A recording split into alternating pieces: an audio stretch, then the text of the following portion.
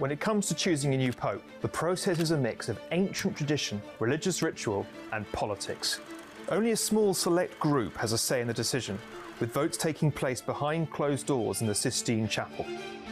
Let's take a look at how it works. Technically, any Roman Catholic male can be elected the leader of millions of Catholics around the world. But the next pope will come from among the cardinals. Since the 14th century, every pope has previously been a cardinal.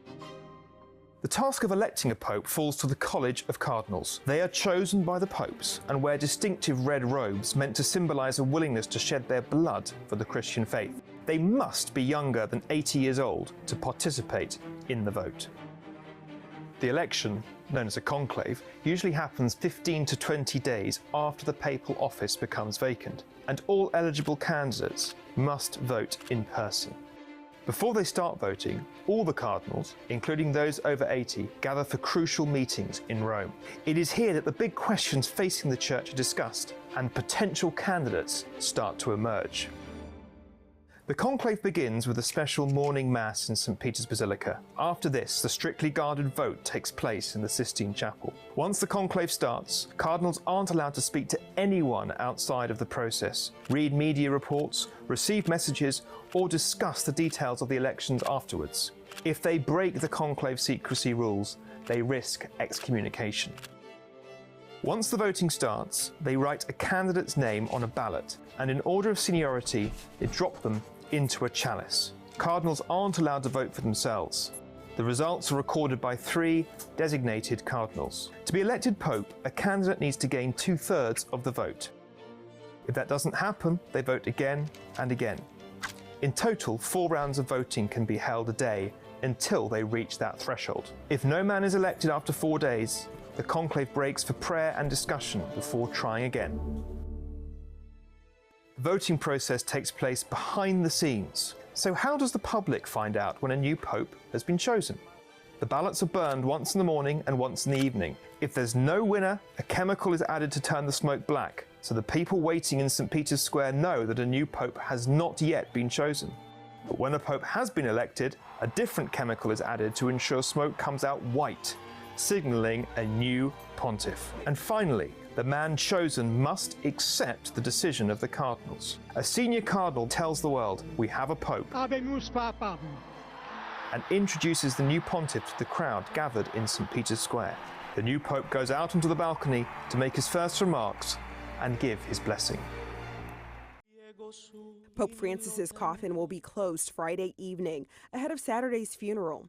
In the meantime, hundreds flocked to St. Peter's Square in the night Thursday, hoping to say their final farewells to the beloved pontiff while they still can. His body has been lying in state at St. Peter's Basilica since Wednesday, before it is to be transferred to the Santa Maria Maggiore Basilica for burial Saturday. In my opinion, because he was unique in everything, he was special, and therefore, this choice of the Basilica of the Madonna is special. Pope Francis said in his final testament that he wished to be buried in a simple tomb in the ground. It is for sure that he is really humble. No, he always believe in difference. No, he want to create something new. As part of Francis's push to simplify the papal funeral rites, doing away with the tradition of having 3 coffins of cypress, lead, and oak, and he opted for 1 open wooden coffin. He was the first Latin American pontiff and the first to call himself Francis in death. Francis's unorthodox approach seemingly continuing on, instructing that a simple tomb come, quote, without particular ornamentation and bearing the inscription Franciscus.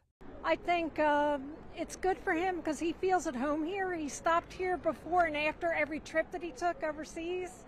So I think this is close to his heart, so it's good that he's being buried here. I'm Sherelle Hubbard reporting.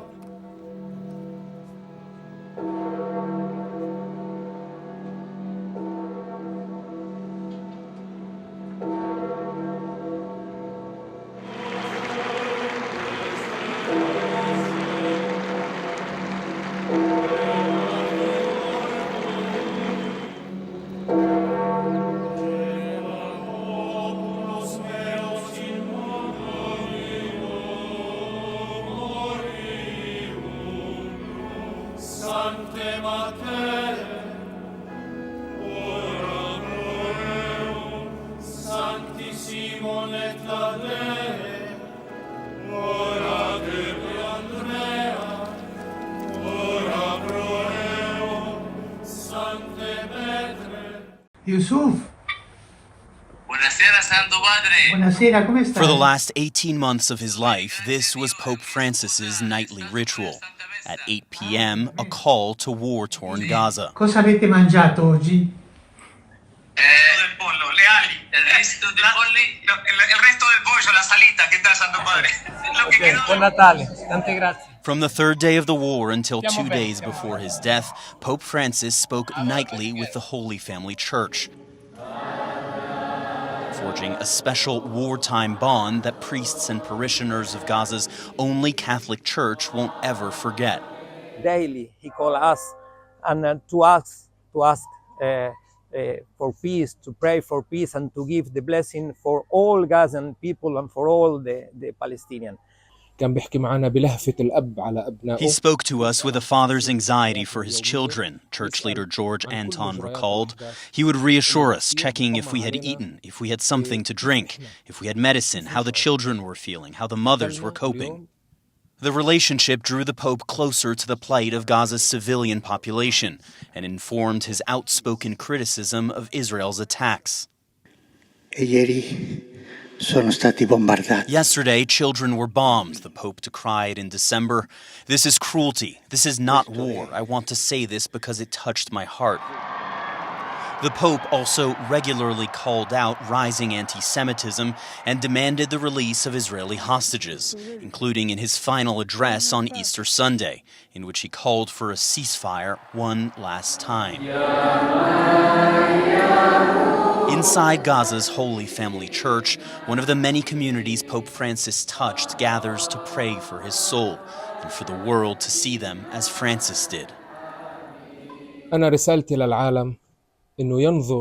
My message to the world is to look at Gaza with the same eyes through which Pope Francis viewed it. Eyes of truth, justice, peace, love. Eyes that saw the people of Gaza as deserving of life with dignity, justice, and independence. From this small church in Gaza, a prayer against the scourge of indifference, which Pope Francis called the greatest sickness of our time.